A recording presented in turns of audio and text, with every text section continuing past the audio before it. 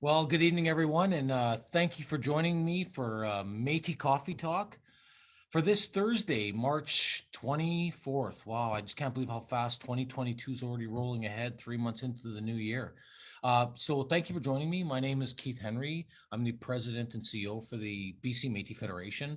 And welcome to our monthly show where we give you news, updates, stories, and issues, I guess, affecting our membership and our partner communities that are located throughout BC. I'm coming to you live from our Vancouver office, located at 3665 Kingsway, and certainly happy to be with you this evening. So, of course, I want to welcome my guests. I've got two friendly faces on with me tonight.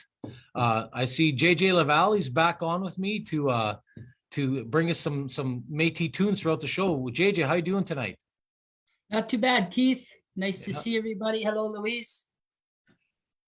Perfect. And before we get you to do your first song for tonight, Louise, welcome to Métis Coffee Talk for this March 24th. Where are you joining us from? Oh, no, you're still on mute. There we go. Okay, I'm joining you from Kelowna. Excellent. Well, I know we're going to get to learn a lot about you on the show tonight, one of the featured interviews. So you have to just sit back and hang on for the ride tonight. Okay, Louise? Great. Perfect. Okay, JJ, why don't you start us off with a Métis fiddle tune? Get everyone, my little intro is nothing compared to you live. So why don't you give us a good old fashioned Métis tune on the fiddle? All right. Here's a tune. I got my backup and everything now. I got my built-in band. Here's a tune I made called Vive le Métis, or Long Live the Métis. 1, 2, 3, 4.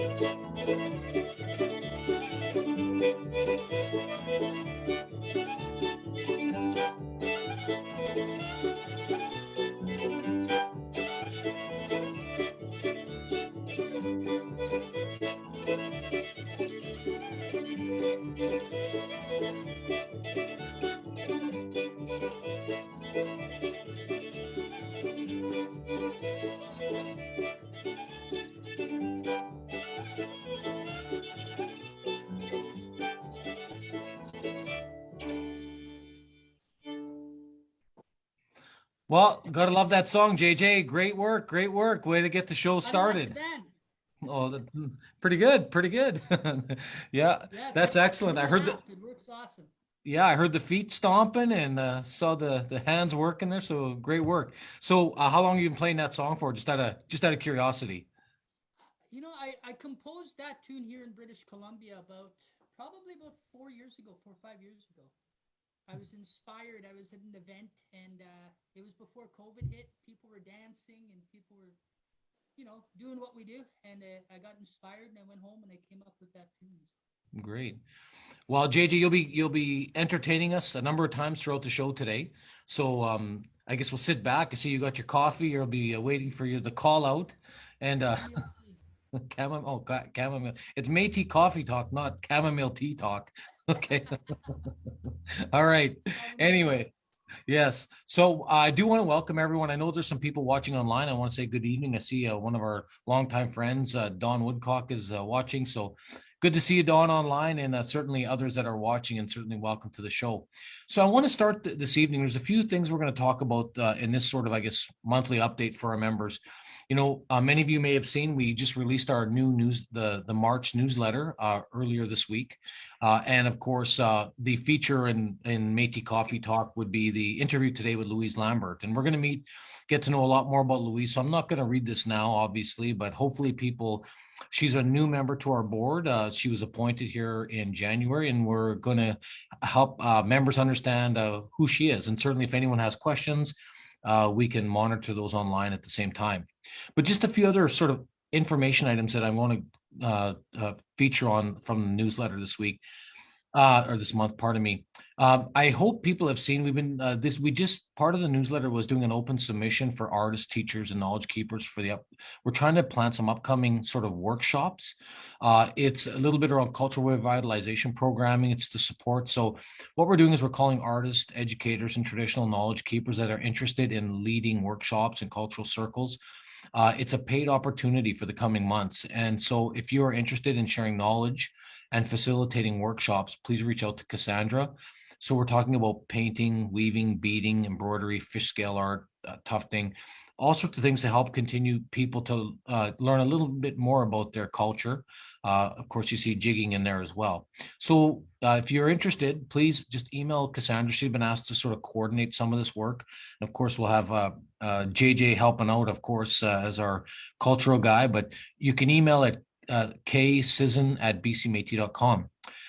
So some of the other things that in the newsletters, we're also continuing a bit of the work. I'm sure some of you have seen the work we're doing around the impact survey with COVID, or sorry, with I guess some of we want to understand how the pandemic did impact the artists. So JJ has created he's our cultural coordinator.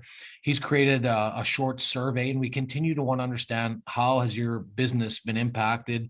Some of the things you did.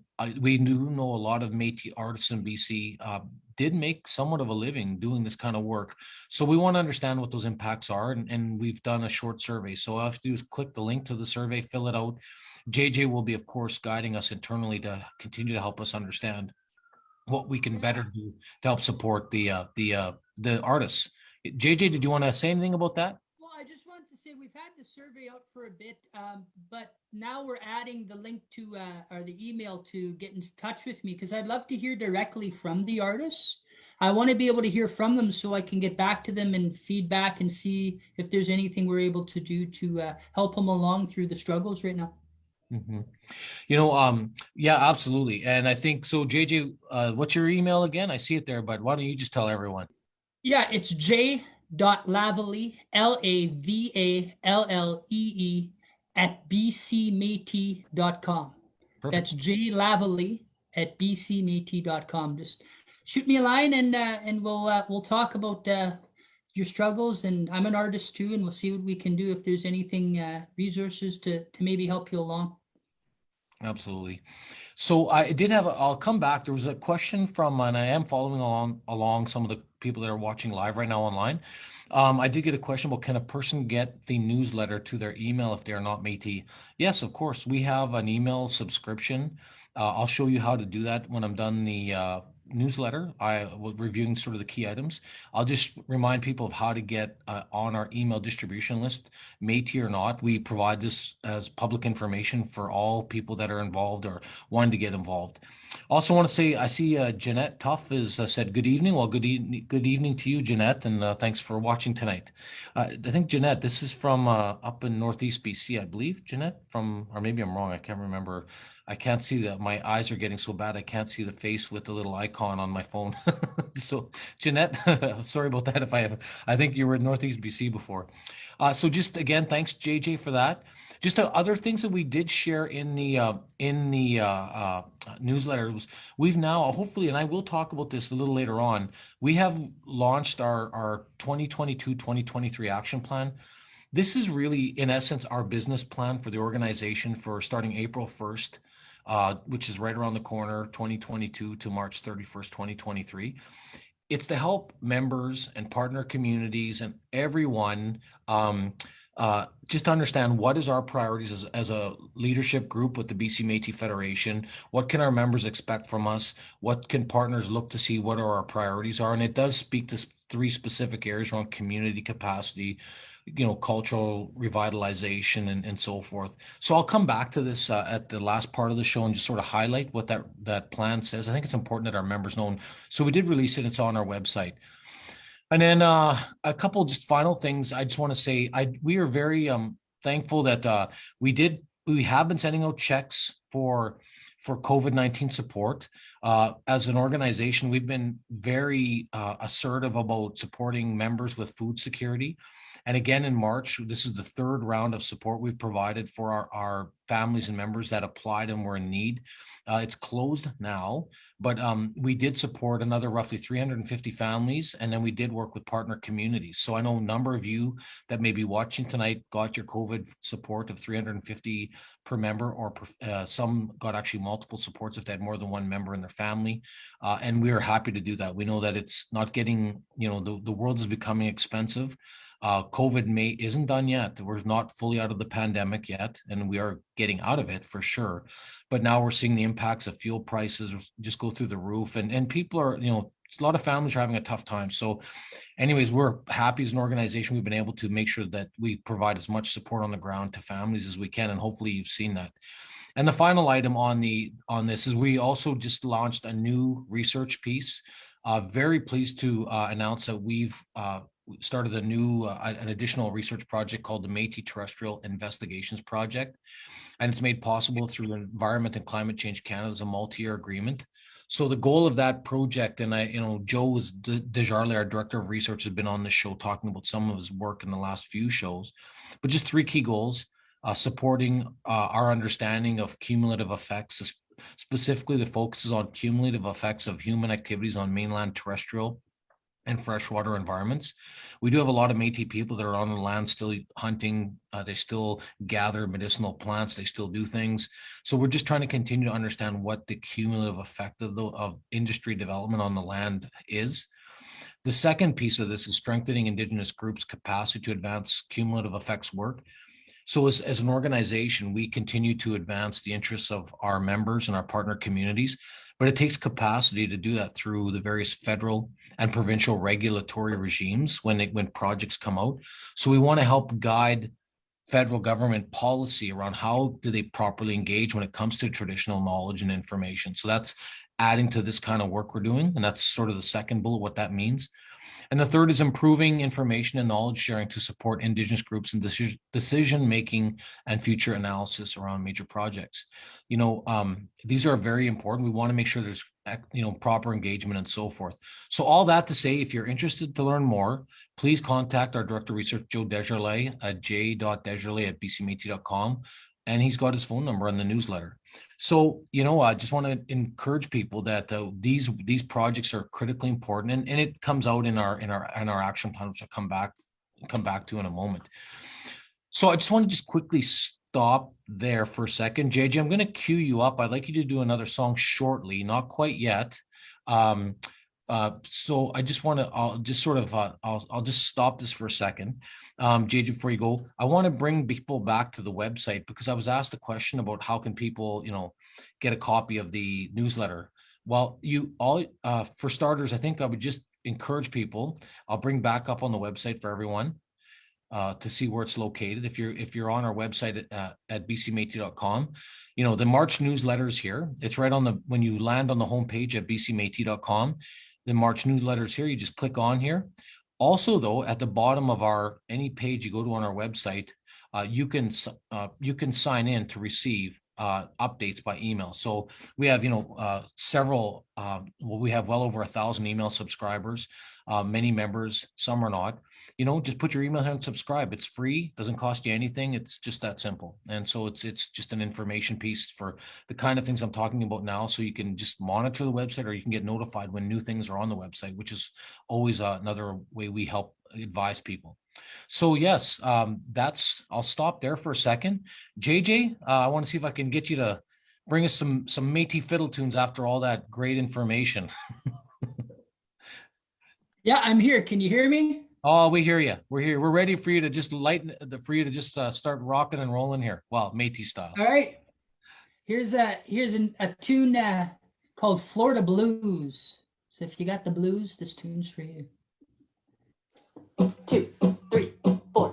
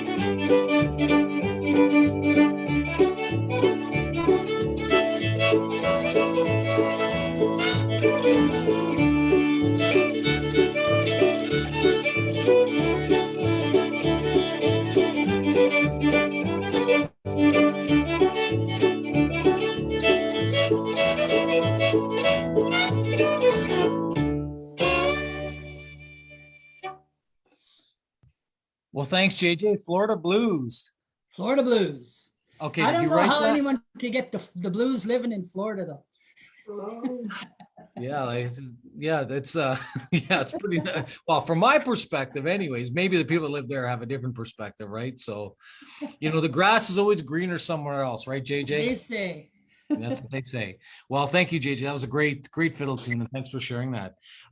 So now I want to switch to our next guest, and we'll come back to JJ, of course, for some more Métis fiddle tunes shortly. But the organization has a provincial board of directors. I'm fortunate enough to continue to act as the elected president and have been for a number of years. And tonight, I'm happy to introduce our everyone watching tonight, our members and partners that are watching. The newest addition to the team is Louise Lambert, and she's on live with me. And maybe we'll just start by how you doing tonight, Louise? Why don't you introduce yourself and again where you're joining us from?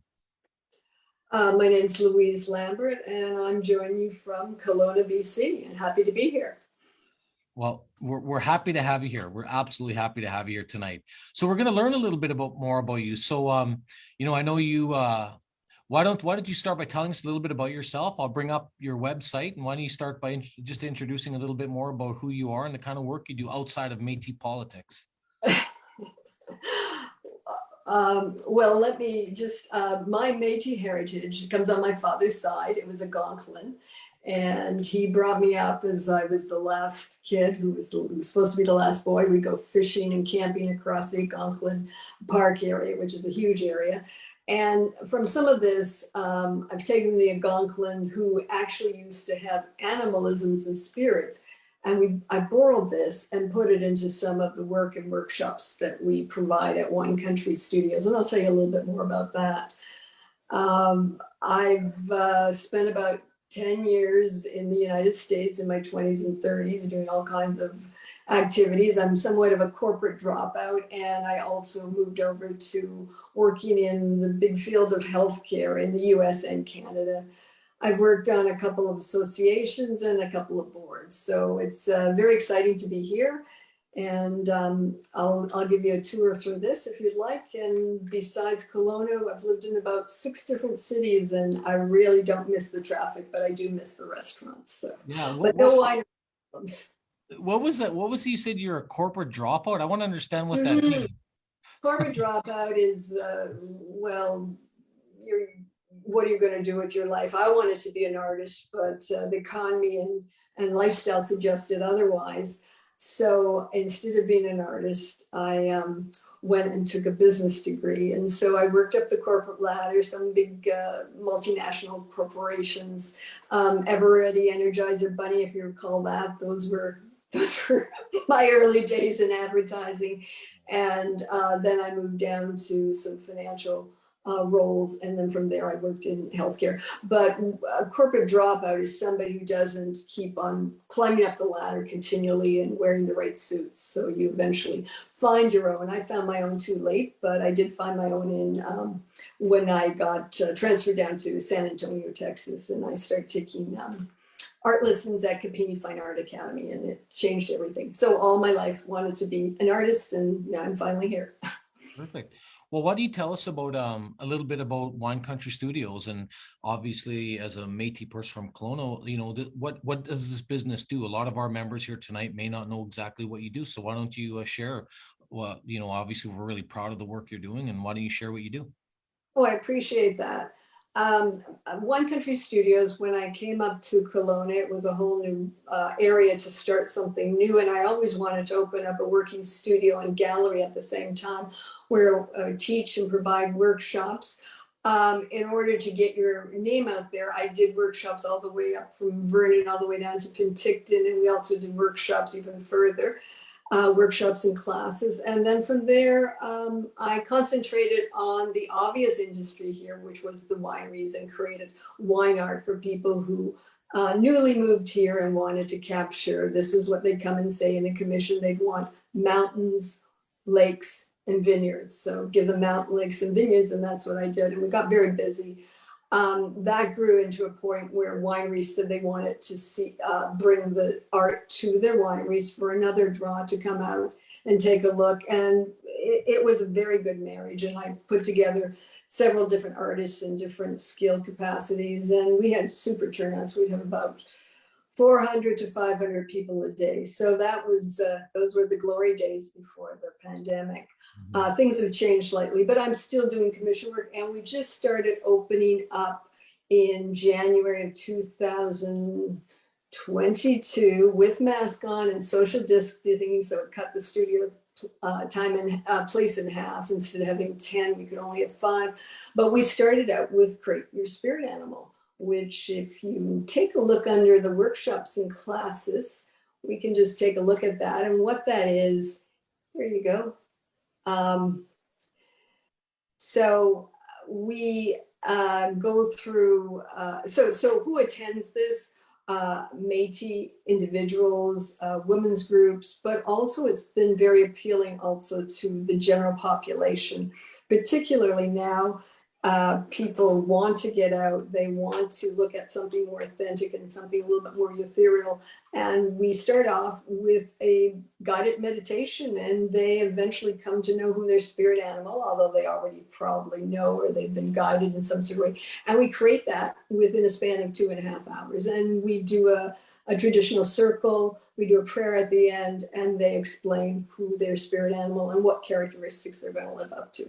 So this has just really taken off, and we hope to expand it in more ways. We've had Indigenous conferences here where we've taken larger facilities and produced this as well.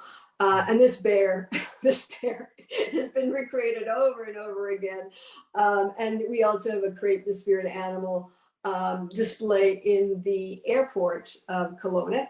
And also we've done Create Spirit Animals for the 6 Children's in Toronto, sent various animals to for hopes and prayers to these kids, and it's been helpful. So this is really a positive program that is going on. It's been going on for 5 years now. And we also offer a creative art series. If you want to be Monet, I'll show you how you can be Monet by an 8 by 11 painting. It's a lot of fun. So people really get a kick out of doing something a little different and outside the box, and to be encouraged and work with color and just have a mindfulness experience where they're creating the painting, listening to great music, and then 2.5 hours you see a whole different smile and relief on these individuals. That's right. So other things you do, I see, I was going through your workshop and classes, art lessons. I do private art lessons. I've got a couple of, I've got a French, people from France coming in, people from Brazil. And so they'll book time off and they'll get 100% of my time, and we'll create something. I'll paint with them, I'll paint something. So I'm not on there looking at them every moment, but that's been very good. And you get to move at their own space and how they're developing. But it really is a great tool. It's great for the mind as well. We did an article about memory. And if you want to memorize something, the best thing to do is doodle it or draw it. So it's got great impacts, left and right side of the brain. The other piece that I would like to talk about is if you can just take a look over the Indigenous art section. This has got, always wanted to do something like this. I've had some help. We are recruiting artists currently and want to encourage them. And this could be art in pottery. It could be in painting, sculpture, weaving. So we display these items in the studio. We also put them on a online website, which I believe you're in now. If you view artworks over there, you can take a look. And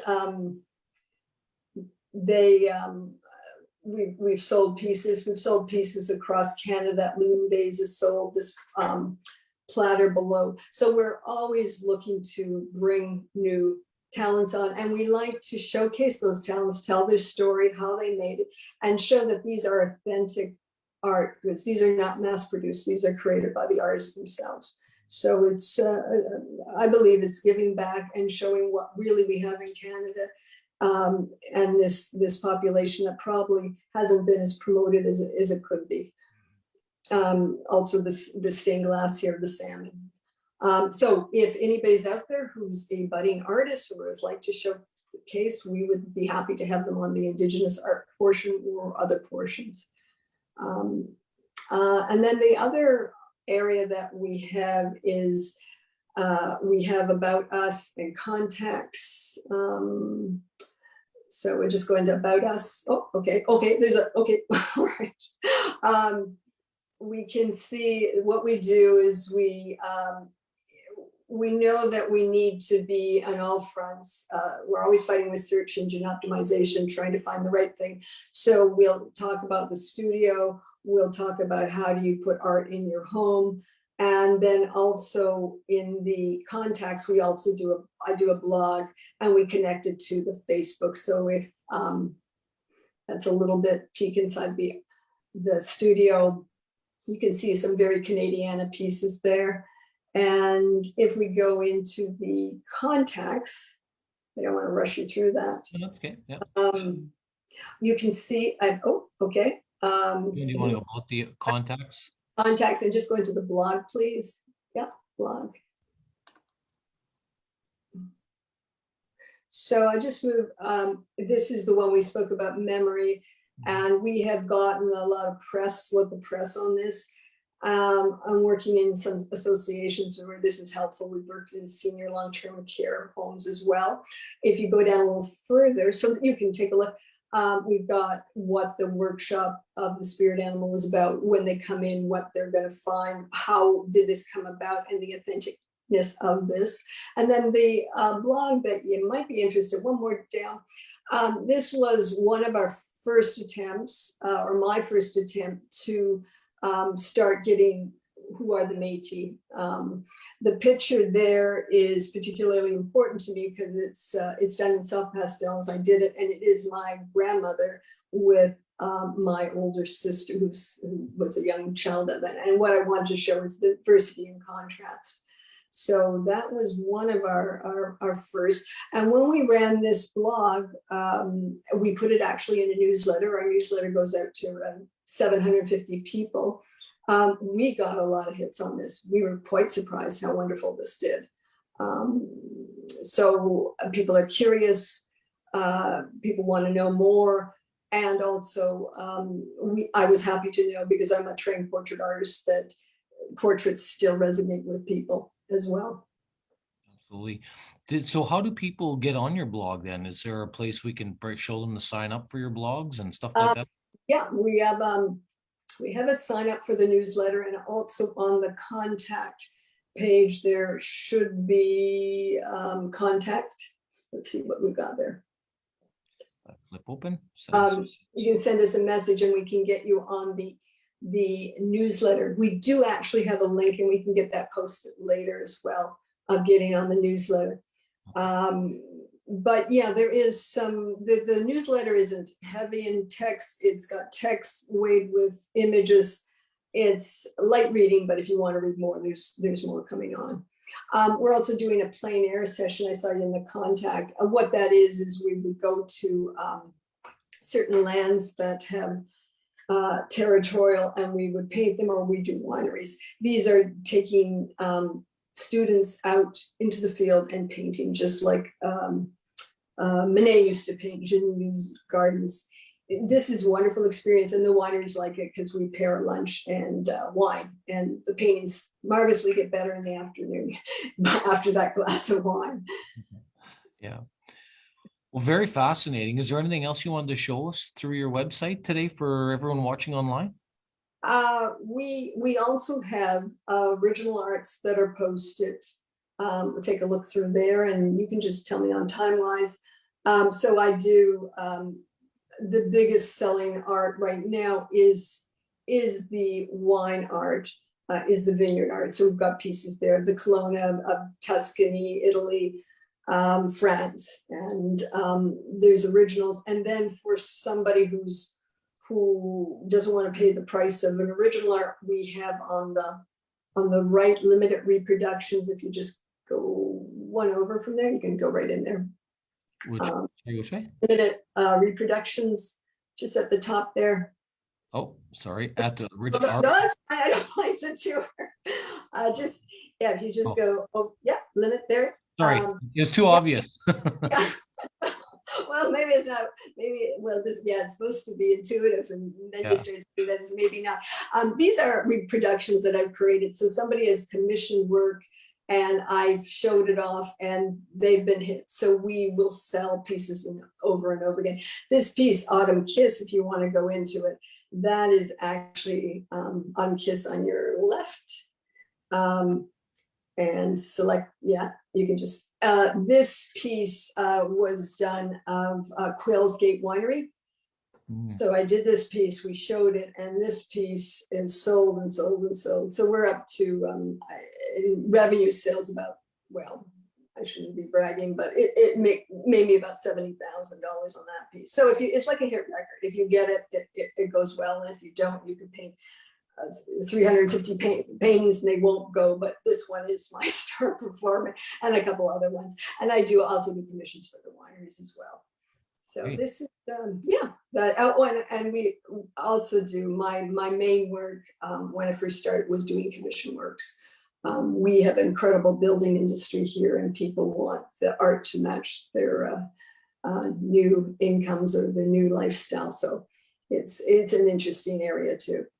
My next project is a newly moved Albertan who moved to Naramata, which is a big wine area, and they bought a vineyard, and she is going to be standing out in her vineyard like Tara and Gone with the Wind, and I've got to do the vineyard plus her portrait. So it will be quite a challenge and make her about 10 years younger.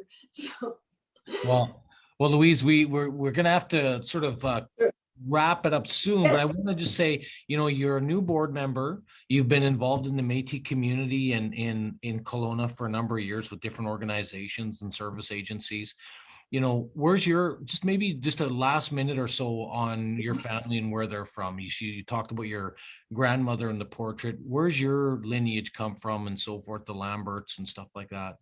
The lineage comes from my father's side. Actually, it's my father's mother, Clément. Yeah. And so it's French Canadian and Algonquin.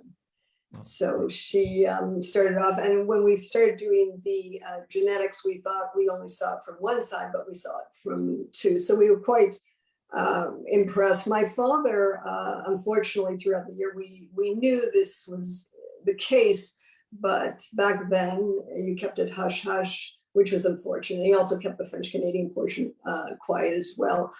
Since then, my sister has adopted two children, Korean and Aboriginal, Ojibwe, and it's interesting, it's come full circle. So we hope to get them involved in some sort of program that will bring that out. Nice. Well, we're super happy to have you join the board. We know you're a very successful entrepreneur, as we showed, and we're really proud of the work you're doing at Wine Country Studio. And I think it's the artists that continue to, it's a different art form than what we're going to do next. JJ is going to come back with his music art form. And so, Louise, we want you to stay on the show. I might come ask you a few more questions, but it's a real honor to have you on tonight, and certainly welcome. And unfortunately, I can't monitor questions because as I was monitoring, then my phone died. So there you go. So JJ, so thanks, Louise. Any final comments? Well, I just love the quote you put in your newsletter. My people will sleep for 100 years, but when they awake, it will be the artists who give them their spirit back. Louis Rail. That's excellent. And my name is, I get Louis. So thank you. Yeah, well, you're welcome. But yeah, I wish I could say that was my quote, but unfortunately it wasn't. But many of us live by that. It's perfect. All great. Right, thank you. Perfect. Right. Okay, JJ, why don't you give us a break with some good old fashioned Métis music? Well, I shouldn't say old fashioned. I keep saying that. It's not old fashioned. It's contemporary. I'm getting up there. Pretty soon they're going to call me the elder fiddler. Yeah, there you go. All right. All right. Here's a really toe-tapping tune called Boil the Cabbage Down. I always wonder where they get the name for these tunes. 1, 2, 3, 4.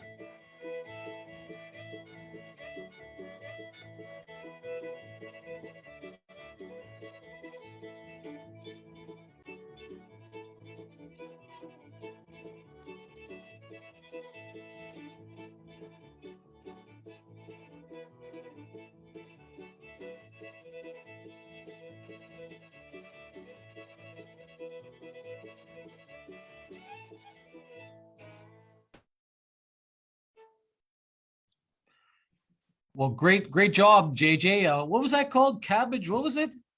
Boil the cabbage down. Boil the cabbage down. I got, I don't know if you're making some of this up sometimes. I got to ask you that. Come on. It's actually a tune. You know what? We were talking about that Renee with Renee one day about how, wonder how they came up with these names because we got, well, JJ, I'm having a hard time hearing you. I don't know if it's me or if it's you. can you hear me now? We can hear you, but it's really, really light, Okay, I'm really low. Sorry. Yeah. Just let me check my my settings. It might be the mic settings. No worries. Let me see here. Sound. It- Check. Oh, how about, it is really quiet. Yeah, you've got it on low. Yeah. Well, but I don't understand why it's not. There you go. It's a bit better. Microphone. Well, Uh, JJ, what I'll do is I'll cut to my next. We hear you, buddy. Don't worry. What I'll do is I'm going to cut to my next story to update everyone, and then we'll come back to you. Okay. yeah, no problem. Great. Well, anyways, we love the song. Great work. So, the sort of last area I wanted to talk about tonight on the show was a bit share information about our action plan. You know, the Federation just this week we released we call it the action plan, but really for everyone, for our members watching and everyone tonight, this is really kind of the overall business plan of what the organization is going to do this next fiscal year, right? Our fiscal year ends March 31st. Then it's ending shortly. It's March 24th. This is the plan for the new year. And we want to make sure members know what our priorities are, as I said at the forefront. So it's available on our website again. It was sent out through our email distribution. It's been posted on social media. And essentially it's a link to this document. And most people may have had a chance to read it. But what we've done is we've got, I think everyone, or hopefully those of you that are maybe following us that are newer, we put in a 3-year sort of strategy, 2021 to 2024, that we approved a few years ago now. This is going into year 2 of that 3-year plan. And essentially what we see here is we've got sort of a number of key performance indicators we call it. So, the way to think about it is this is the things we bring to our board to say, here's what we want to see done in these areas. And here's the investments that it's going to require to be successful to meet those objectives. And so we've done that in this plan in a really high level way, so we've got things in capacity building we're going to do. We've got member and community support programs and tactics we're going to do. And then of course, Métis resurgence, which is, some of which you hear JJ's cultural performance. You see individuals like Louise that we have on the show tonight. So we've set out a series of things we're going to do in these 3 priorities, and those were created in our strategic plan we put together roughly a year and a half ago that we just are finishing year 1 of that plan. So this is a really high level document that really speaks to that. And then, there's a cover letter in there, and I won't go through that. It gives you a bit about, information about the Federation, of course, and we continue to try and add the sort of French Michif that we've agreed is the dialect we're going to put forward in all of our documents. So le temps passé, le temps qui vient, which is about from our past for our future. It's a tagline that we've lived with now and we believe is the right kind of tagline. Everything we do is for our future. Of course, I think it goes without saying. I think all of us would agree those are important pieces, right? So this document talks, we've got our mission and value statements. We've got our partner communities, organizations we work with. Like we've got a number of members that have our provincial card, and we have partner communities we work with, and they represent people that may or may not have our card, but we work with 10 organizations in the province right now. And we have, it keeps going up, but we're, close to about 1,400 card carrying members located throughout British Columbia. So it's not a small network of people anymore. This organization has been growing now. We're in our 11th year of existence. And well, not quite 11, we're 10 and a bit right now. And so we have come a long ways over the last decade. So let's talk about our team. We're carrying forward with the board as it is right now. This is our plan. We've just brought in, we met Louise today. We're going to interview another new board member, Roseanne Forget, up from Terrace. We'll have her online again, one of these shows coming up on Métis Coffee Talk. And then we have other board members that have been with us for some time. Of course, I want to say our vice president was supposed to be with me on the show tonight. He's also a fiddle player, but he just couldn't make it for personal reasons. We have a listing of staff and contractors. It's a number of individuals that have worked in the organization. And for me, it's just to see how much has changed over the years. Some of you that have been following at the Federation know we were a very modest group of maybe just Sherry in the office, working as our office manager and sort of head cook of everything. But now you see we've really diversified. We've got a number of staff in a number of areas where we'll be expanding potentially more in the new year, depending on some of the program applications we're still waiting to hear feedback on. So we've come a long ways in a very short period of time. So what are we going to do? So let's just talk about this. We said one of the key areas was capacity building. So our board and leadership group has agreed that we want to maintain our current team capacity. Office expansion, just so all our members know, we are located at 3665 Kingsway. We will be expanding office space, and there'll be a reason for that. It's really expanding the cultural center concept that we've been trying to develop as part of our strategic plan. So I'll come back to that. Administration, we're open 5 days a week. We're going to continue to do that. We're continuing to enhance our accounting software. So I don't need to go through all these. What I'm saying is what you can see is we've got a series of things that we know is our targets, right? And so the one that I do want to show here is that it says health and wellness, and the BC Métis Federation will pursue a relationship with the provincial public health office. And the reason why we said that is just some of you that know that our members will have seen, we wrote a letter a few months ago asking Dr. Bonnie Henry. They came out with the province and the Ministry of Health came out with the documents that a vision for the future of health of Métis people in BC, which is wonderful. That's great. But the problem is that document didn't include our hundreds of Métis card carrying members or our partner communities that had no engagement in the development of that process. So we wrote to Dr. Bonnie Henry's office. And it was one of those uncomfortable dialogues we had to have. We're not against other organizations having their say and having things move forward, but we want to be included in that. And today, what I'm very pleased that I will show you now, we're already in the action plan. We had identified this as a strategic priority. We approved it, and already just this week we were sent a letter from Dr. Bonnie Henry. Which we really appreciate. It says our office is deeply committed to reconciliation and upholding the rights of Indigenous peoples. We are interested in a meeting with you to better understand what opportunities exist to continue to improve the visibility of Métis people in BC's population health reporting. So the Ministry of Indigenous Relations and Reconciliation have offered to help coordinate a meeting. So, we're happy. So this is the kind of stuff that our job is, as you can see in the tactics and plans, is to advocate for the needs of our members and our partner communities, this being one key area. So we're already starting to see success. And I just segue for that for a short minute, just to show you that progress, of course, is difficult and slow as it is for some of us. It is being made. And I think we need to just hopefully remind ourselves that when as we work as a Métis organization and representative groups, we just got to keep pushing the agenda and keep advocating. That's what we're proud of as the Federation. So having said that, we're going back here on capacity building. So health and wellness is a big part of it.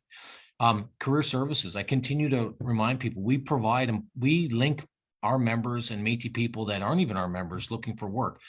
We want to assist at least 100 people finding employment. We have done that already this year.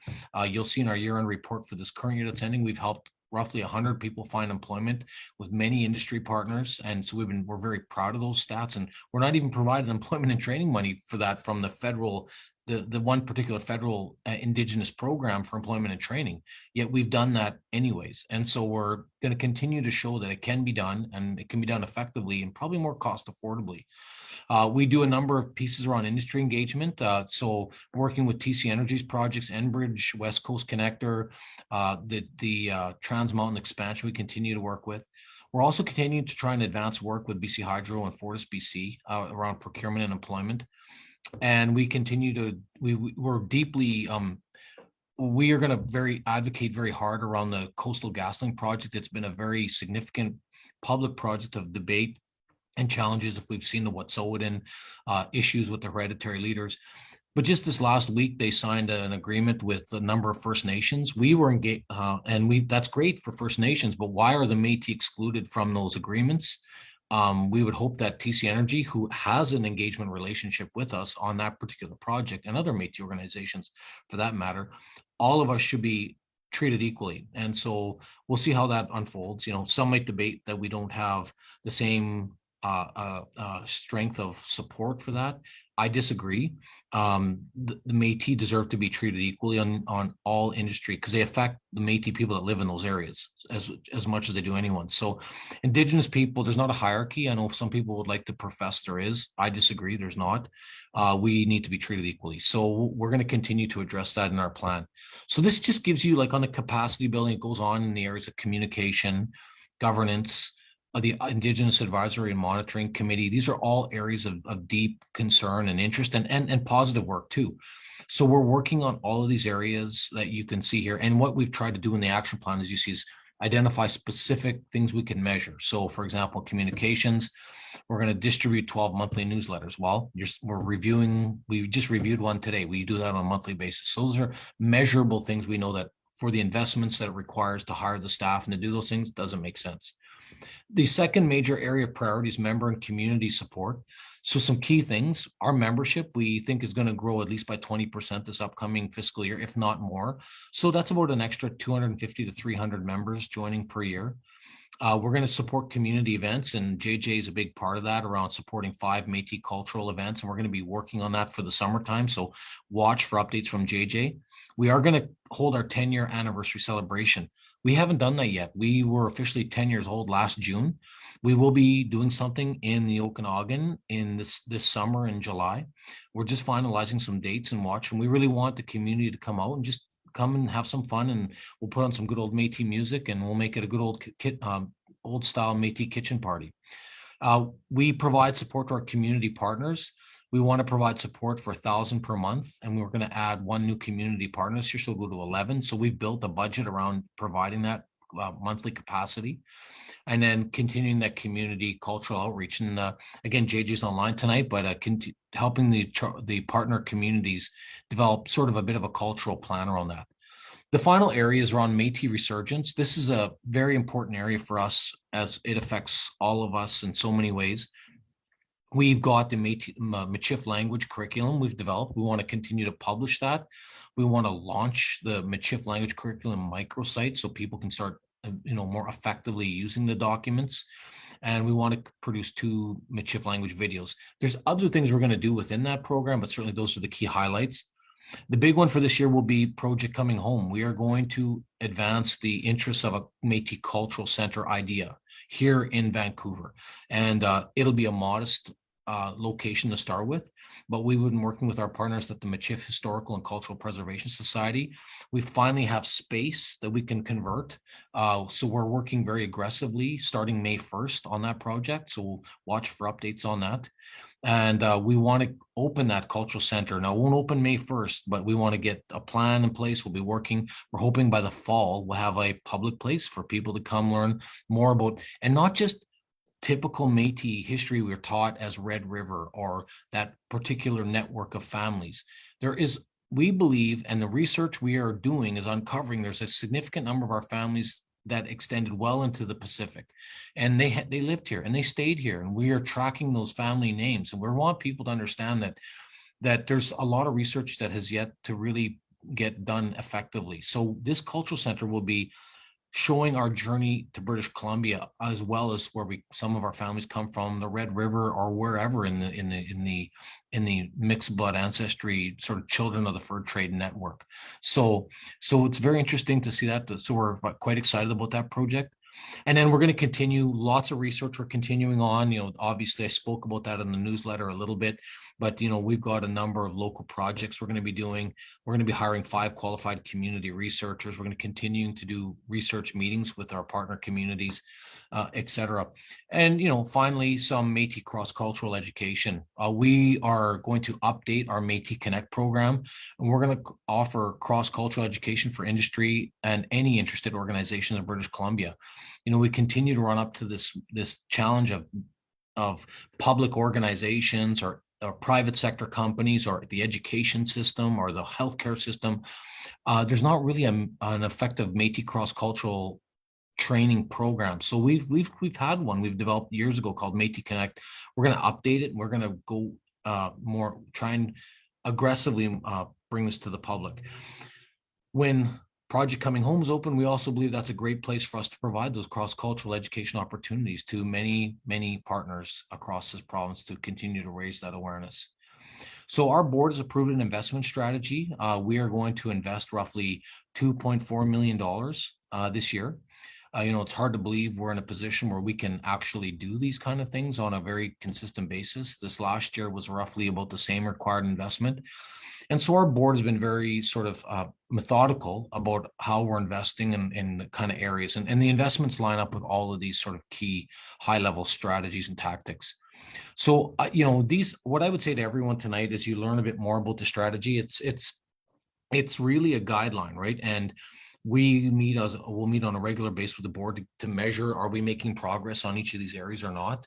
And, it's really to guide us. But what I'm hoping is that you as members tonight got a better insight into the kind of work we're going to be doing over the next 12 months.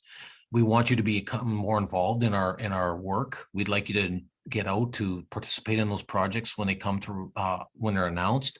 We seem to be able to reopen and have more public sort of meetings will be coming in the new year. So a lot of work ahead of us this summer for sure. So, I would just continue to tell people to sign up for our emails, get on our Facebook page, watch our website, become a member. These are all ways you become informed and a responsible member of the organization and part of our Métis community. So what I want to do, I know we're coming to the end of the show. Louise, any thoughts on the action plan or your thinking behind kind of the work we're doing? I might as well ask, get some political opinion from one of our board members.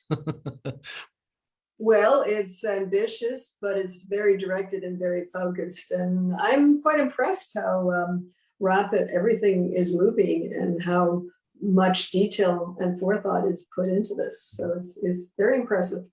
Yeah, well, no, thanks, Louise. We've got a hardworking group of people, and I mean, it's a lot to deliver. I mean, we won't, let's not kid ourselves. You're right, it is ambitious, but we feel, I think most of us, including yourself as a leader, and I think a lot of our team, our operational team, understand the importance of the work we're doing, and it's really appreciated. I wish I could play all the voice messages I get for members thanking us for COVID-19 support and how important that work is, and how important we execute is, and how important we get these things out, because it matters.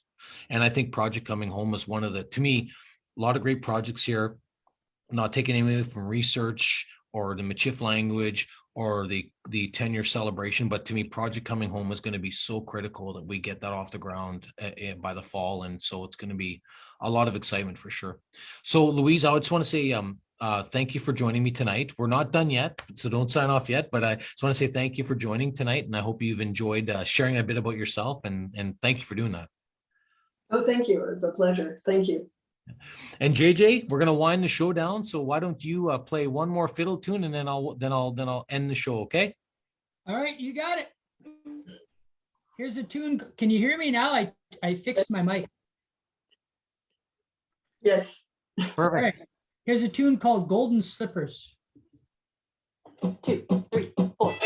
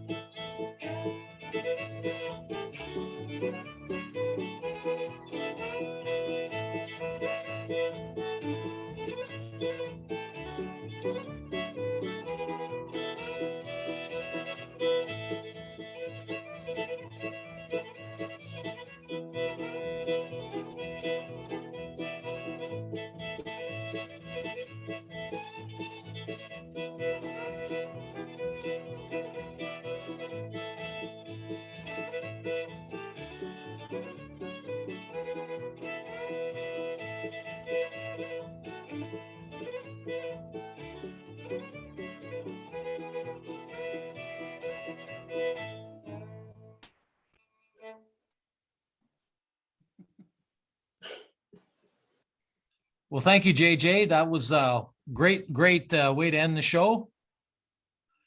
Yeah, get those golden slippers tapping, right? Well, we certainly appreciate it. And thank you for joining us tonight, as always, JJ. And I know you've got a lot of work in the action plan. You ready to take all that work on? Absolutely. Absolutely. Yeah. Can't Yeah. wait. Well, I know the members and communities can't wait for those events and everything that you're going to help coordinate with all of our teams. So thanks again, JJ. And thank you, Louise. Thanks for being on the show. Thanks, JJ. I want to say thank you for everyone for joining us this evening. Again, go to our website, bcmétis.com, get on our Facebook, like our Facebook, enter your email on our website to get be updated when our email blast goes out. And, let's support our entrepreneurs. Louise has her Wine Country Studio. She's got prints. We should all support our own people. We buy art. We often, Louise does both Indigenous art and just contemporary art. And I think it's amazing, amazing pieces. And just think about Louise next time you're thinking about making those purchases, or join, or even more so join our workshops. So, never forget, we as a community need to support each other. No matter what our politics, at the end of the day, we need to support each other. And I hope that we all remember that. So with that, I want to say good night to everyone. Keith Henry, president of the BC Métis Federation. Really appreciate you joining me for this Thursday, March 24th, and we'll see you next month. Good night, everyone. Night. Thank you. Good night.